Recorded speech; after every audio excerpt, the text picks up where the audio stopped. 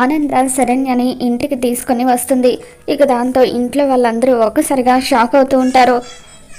దర్శన్ ఆనందతో మాట్లాడుతూ, అమ్మ అంటే ఇన్ని రోజులు శరణ్యని నువ్వే దాచిపెట్టి వాంటెడ్గా సమీరని అరెస్ట్ చేయించావా అని చెప్పి మండిపడుతూ ఉంటాడు.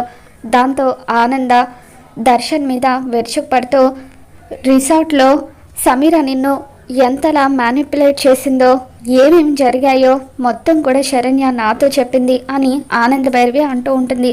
దాంతో దర్శన్, శరణ్యతో కలిసి ఉండడం నాకు ఇష్టం లేదు, నేను సమీరని ప్రేమించాను, సమీర్ అనే నా భార్య, నా మనసులో ఎప్పటికీ సమీరకు మాత్రమే స్థానం ఉంటుందని చెప్పి దర్శన్ అంటూ ఉంటే ఆనంద ఒక్కసారిగా దర్శన్ మీద విరుచుకుపడుతూ, చూడు దర్శన్, నువ్వు కనుక శరణ్య జీవితానికి ఏదైనా అన్యాయం చేయాలని చూస్తే నేను తల్లిననే విషయాన్ని కూడా మర్చిపోతానని చెప్పి అలా దర్శన్కి శరణ్యకి అన్యాయం చేయొద్దని దిమ్మ తిరిగే షాక్ ఇస్తూ ఉంటుంది. మరి రాబోతున్న ఎపిసోడ్లో ఏం జరగబోతుందో మళ్ళీ మన ఛానల్లో తెలుసుకుందాం. ఈ వీడియో మీకు నచ్చినట్లయితే తప్పకుండా లైక్ చేయండి.